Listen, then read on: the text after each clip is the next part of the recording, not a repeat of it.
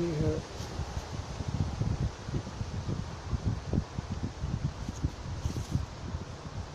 Well, we continue with Dewey here in 1179, just when we stopped before.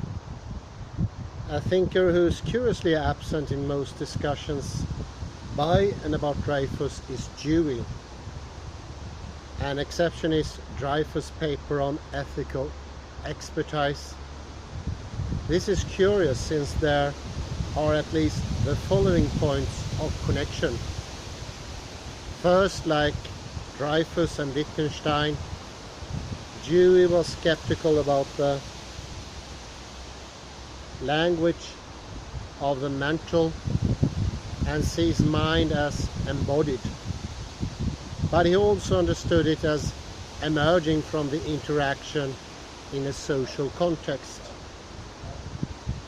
In experience and nature, Dewey sees knowledge as a mode of interaction and argues that meaning is not a psychic existence.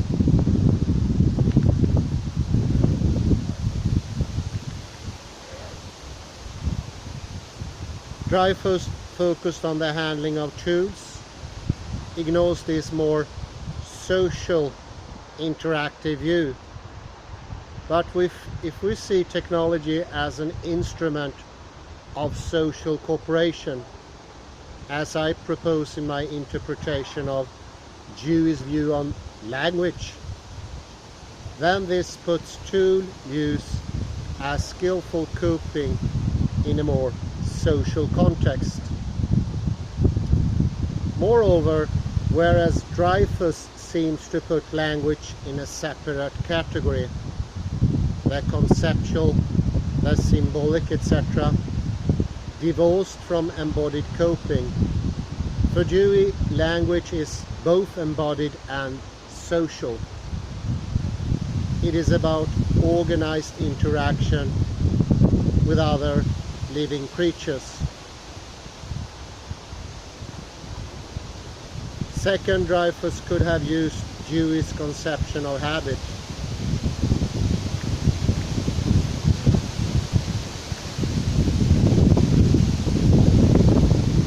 In Human Nature and Conduct, Dewey argues that we know how by means of our habits.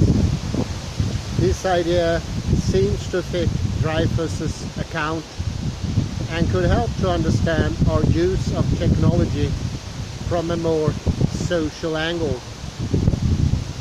Dreyfus talks about habit, but does not use Dewey to elaborate this social aspect of skillful coping. That coping and those skills can be understood as being part of habitual and shared ways of doing, and our tools become tools in the context of social groups. Third, Dewey's work also seems particularly relevant when it comes to conceptualize public discussions about technology. In Dreyfus' work, the public dimension is mentioned, but not theorized. Dewey could be used to elaborate this aspect of the social in a non-Hegelian way, but Dreyfus rejects this route.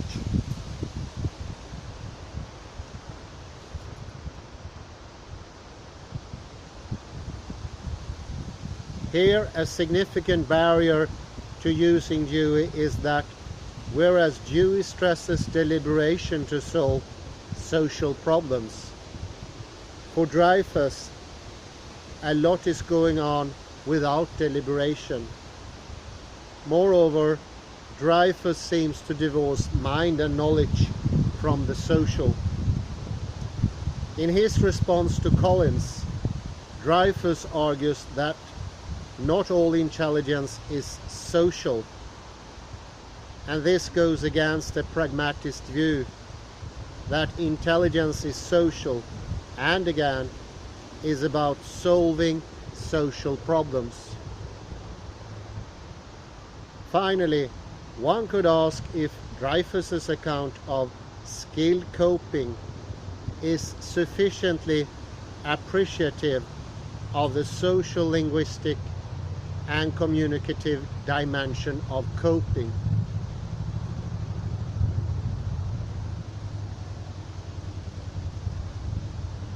In my interpretation of Dewey, language must be seen as a social tool.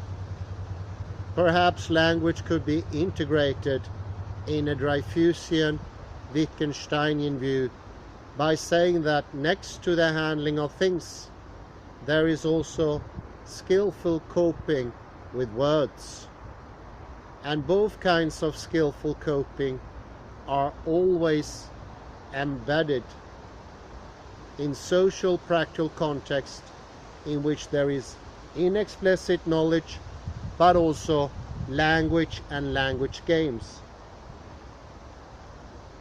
constituting a form of life which is given and shapes our concrete coping performances. And here, too, one could add that in the use of words, in coping using words, that language withdraws is not always visible.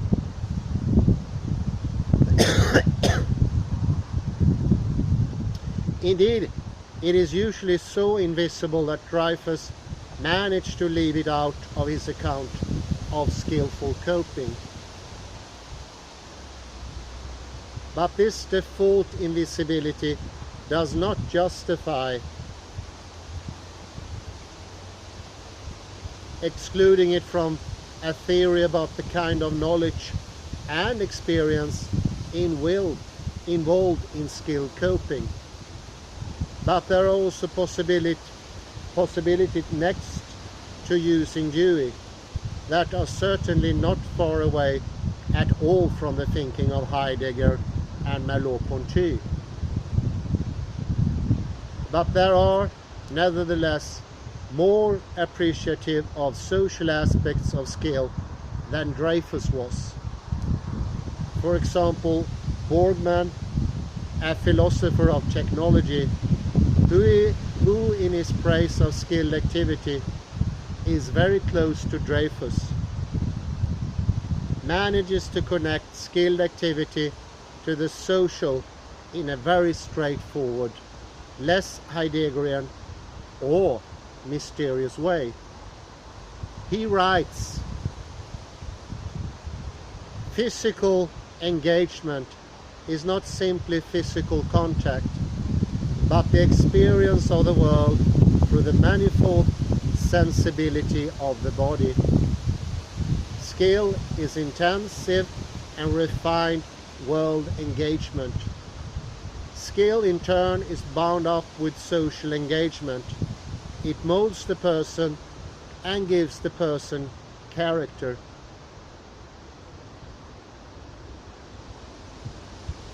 Borgman, 1984, stresses that when we are engaged in skilled activity, we do not only engage with things, but also with others. For example, when keeping a stove going centers the family. A similar view can be found in Crawford's analysis of craftsmanship, which is about working together and sharing a concept of good. One could also argue that skilled activity helps us to shape our character. This takes us to the question regarding virtue and more generally the ethical and political implication of Dreyfus's position.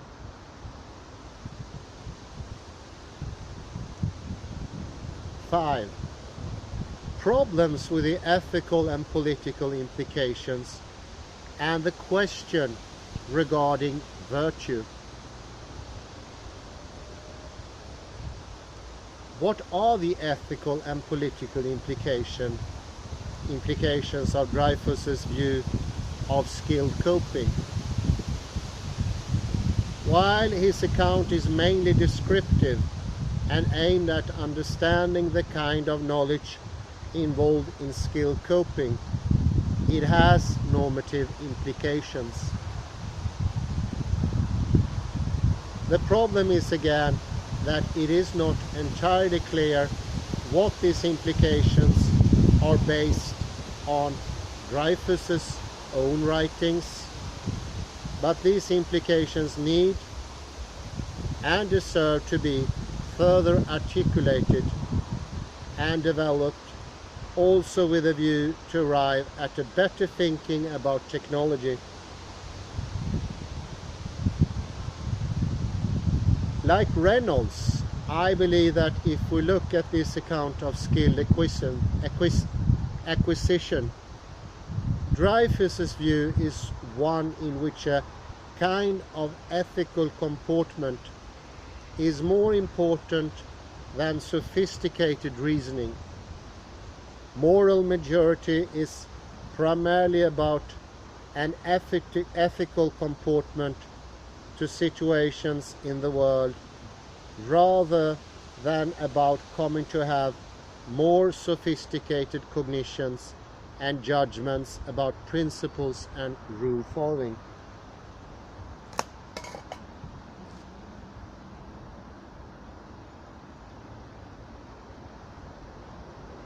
Ethics seems to require the development of a practical wisdom which can respond intuitively and appropriately to specific situations.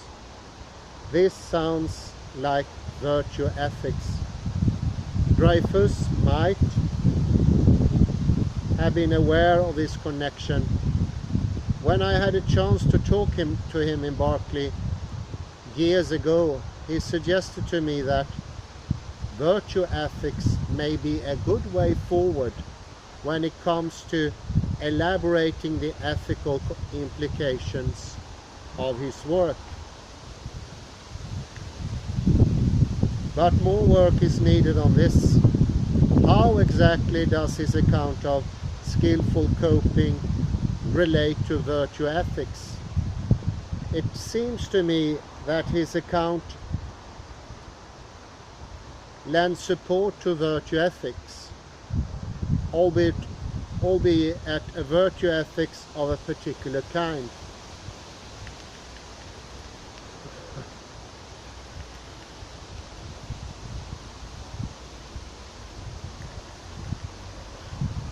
One that does not necessarily involve reasoning and judgment, but rather and knowing how to best respond to the world and to others in particular situations.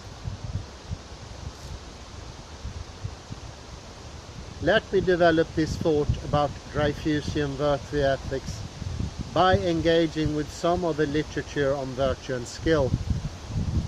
I will end by raising the question regarding political implications.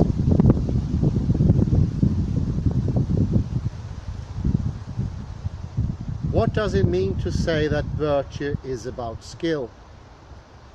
Anne has famously argued that virtue is like a skill. The point is that there is an analogy in structure between the two. Whether or not this is a sound interpretation of Aristotle, this is an interesting view in the light of Dreyfus's emphasis on skill. Anna's claim concerning intellectual virtue, her project was to understand intellectual virtue. But what if virtue to coup is like skill? And what if virtue is not so much about intellect at all? Indeed, perhaps there is much more than an analogy in the spirit of Dreyfus. One could argue that this is still a far too intellectualist conception of virtue. For Annas, virtue as skill requires reflection and the development of an intellectual component. For her, the stress is on reflection and decision. The skill analogy requires that the agent reflects and achieved by reflection and unified grasp of the general principles underlying her patterns of action and decision. But is this reflection and decision necessary and sufficient for virtue? Stichter convincingly argue they are not necessary. Quote, "A person's ability to explain herself can be less than the person's ability to know how to act in the situation. The intellectual requirements that Annas discusses are relevant to any social discourse we have about morality, but they are not necessary for achieving expertise." And Annas admits that many skills are not like the skills she describes, but then still endorses her intellectualist conception of skill, going against our intuitions and experience. Indeed, she defends an account of skill that does not fit numerous examples of actual skills. She thus perpetuates an intellectual tradition of thinking about skill that started at least with Plato and Aristotle. It ignores the recent thinking about skill, including Dreyfus's work, which was already available when Annas wrote.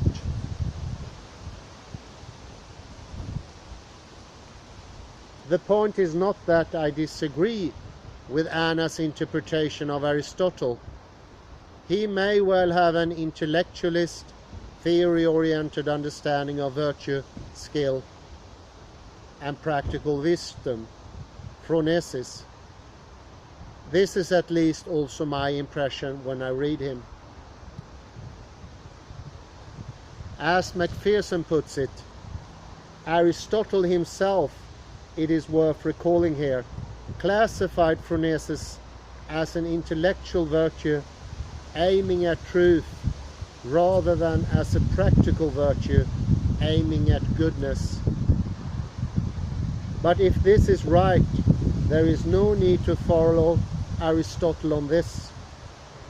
Learning from Dreyfus, we can do better and develop theory that is closer to the actual phenomena of skill coping and their relation to virtue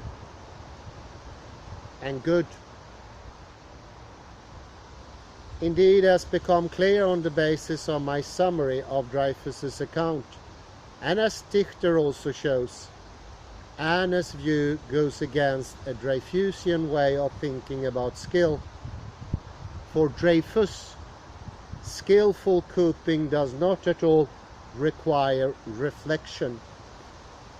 Hence, if we use skill as a model for virtue and use Dreyfus's view of skill, then virtue would also be virtue without an intellectual component.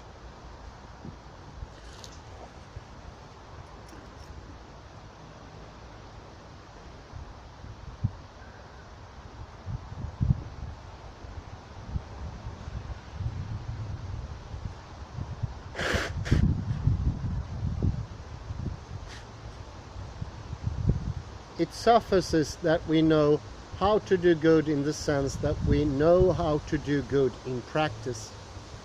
Theoretical knowledge or reflection then are neither necessary nor sufficient for virtue, and can even get in the way of this virtue as skilled engagement and virtue as performance. As standing back, so it seems, is then not required.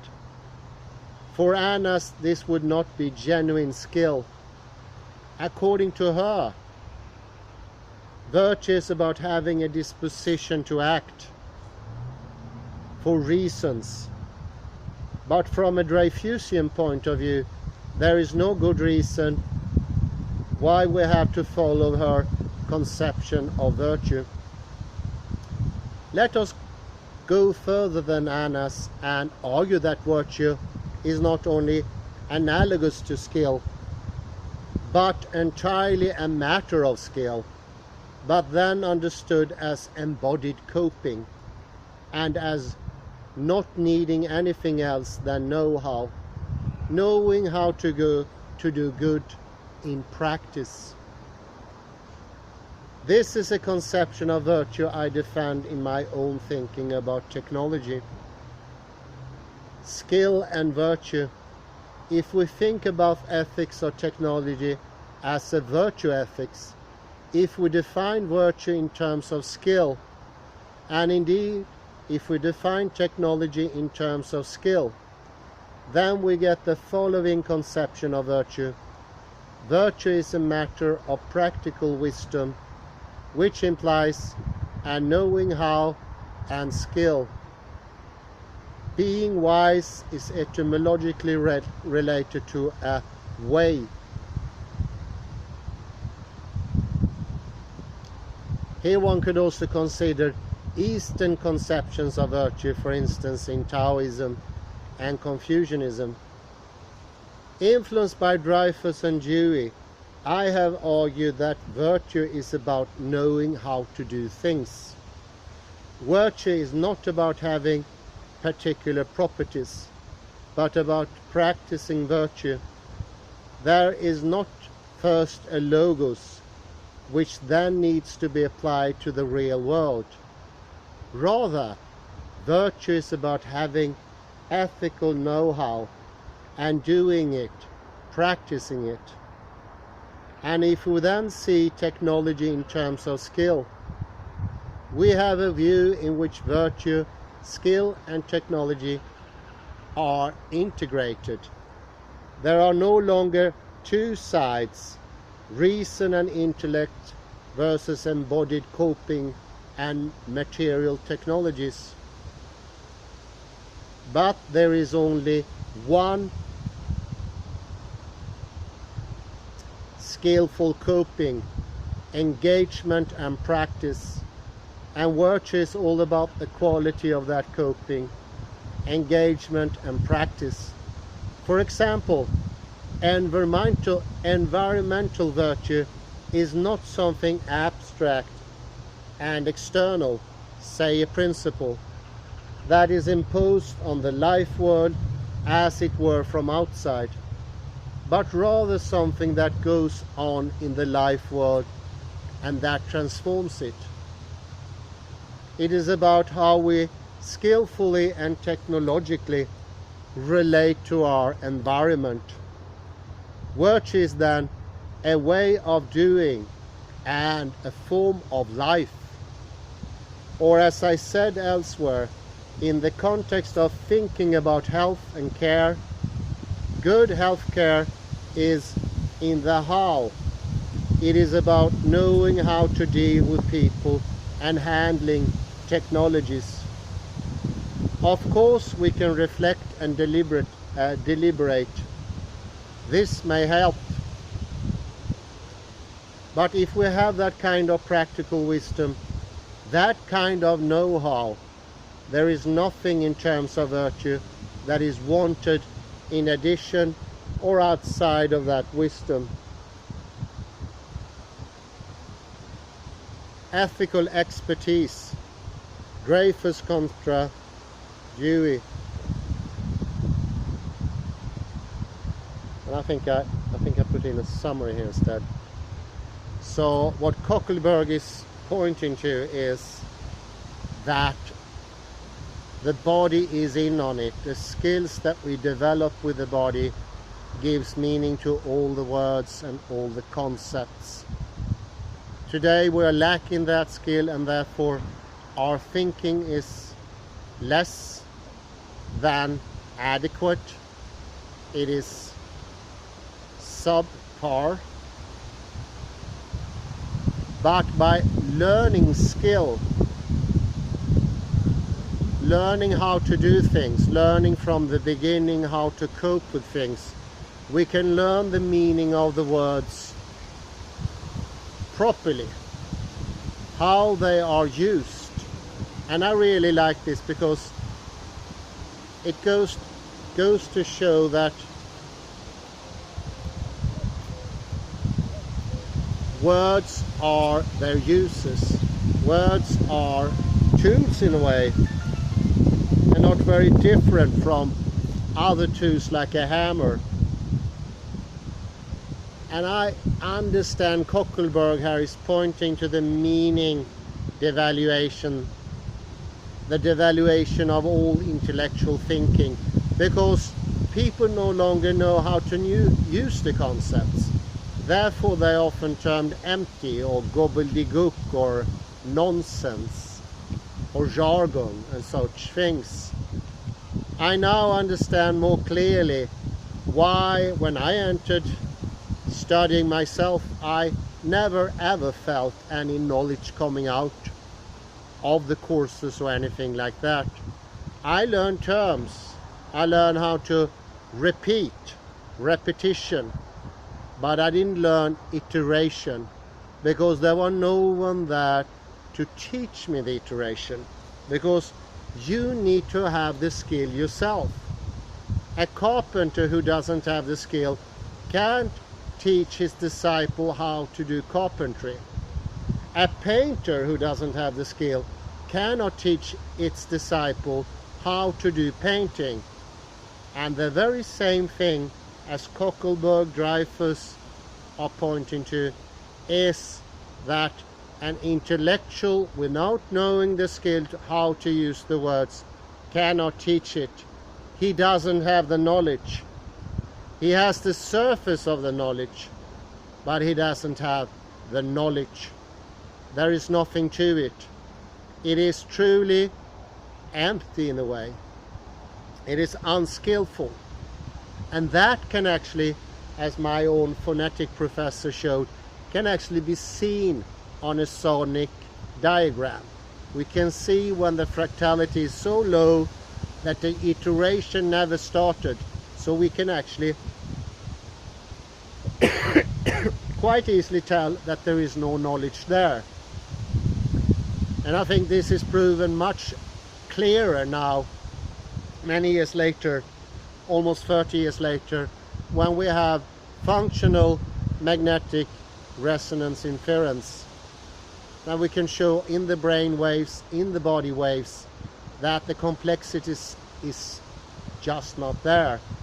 A fractal wave is the only thing that can carry that sort of complexity that is intellectual life, that is analyzing, that is comparing, that is making references, that is being clear-cut, being able to do, as Barbara Tversky would call, decontextualization and recontextualization, doing all those incredible difficult things that Bujaki mentions are actions of the brain.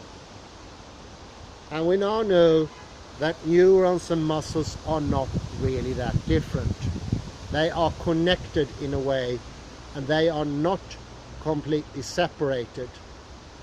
It goes to show thinking is action, and skillful action is good thinking, and good thinking gives good results, and it also gives good knowledge, which I would say maybe is the most important. You can imagine the disappointment, wanting to learn, but there is nothing there. And they feel, the teachers, the professors, felt as empty as I felt. And some of them even mentioned that. They often turn into aggression, harsh argument, and ludicrous, contradictory talking and arguing. Everything being a contradiction, everything being either truth or false. That ridiculous oversimplification of thinking, that is nothing other than the N2 neurons go on and off all the time. And of course leads to what Coeckelbergh and Bujaki and Tony Chimeri calls their previous idea of that human beings are just computers. They were working like computers. These people were computers. They experienced themselves as computers. They didn't have any permanence. They were just ones and zeros, contradiction, thesis, antithesis, synthesis, truth and false, everything chopped up in a way, and also that now fixatedness that I observed so many. This is now and here. Everything that exists now is what we have to interpret the rest of reality. And meaning is something that the subject designates to the world.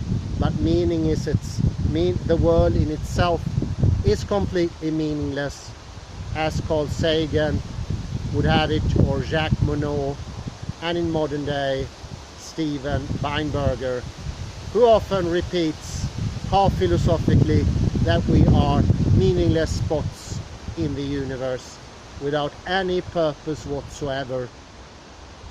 Horrid views, but this is what they experience. This is literally their world.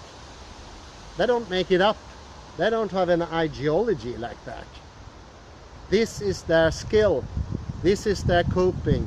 This is what the lack of meaning is itself, the contradictions and the hardness of their thinking.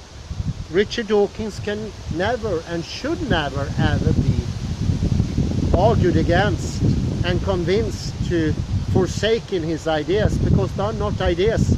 It is his way of being. He is that way. He is soulless. He is leaving out determinism.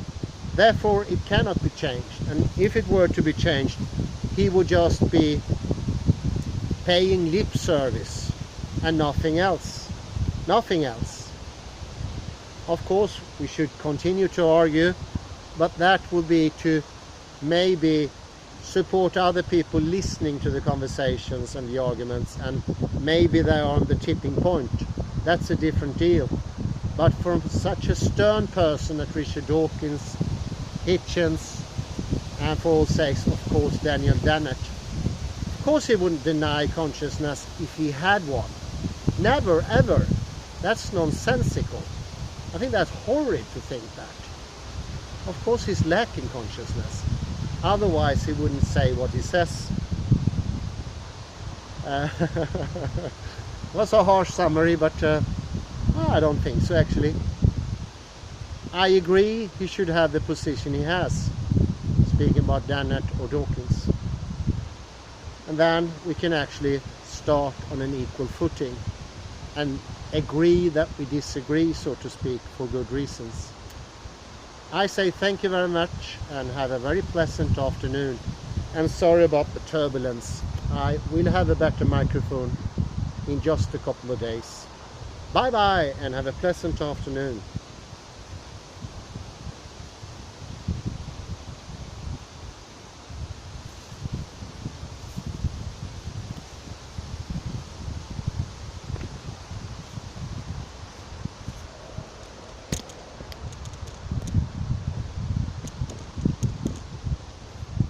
It's a windy day. What can I say?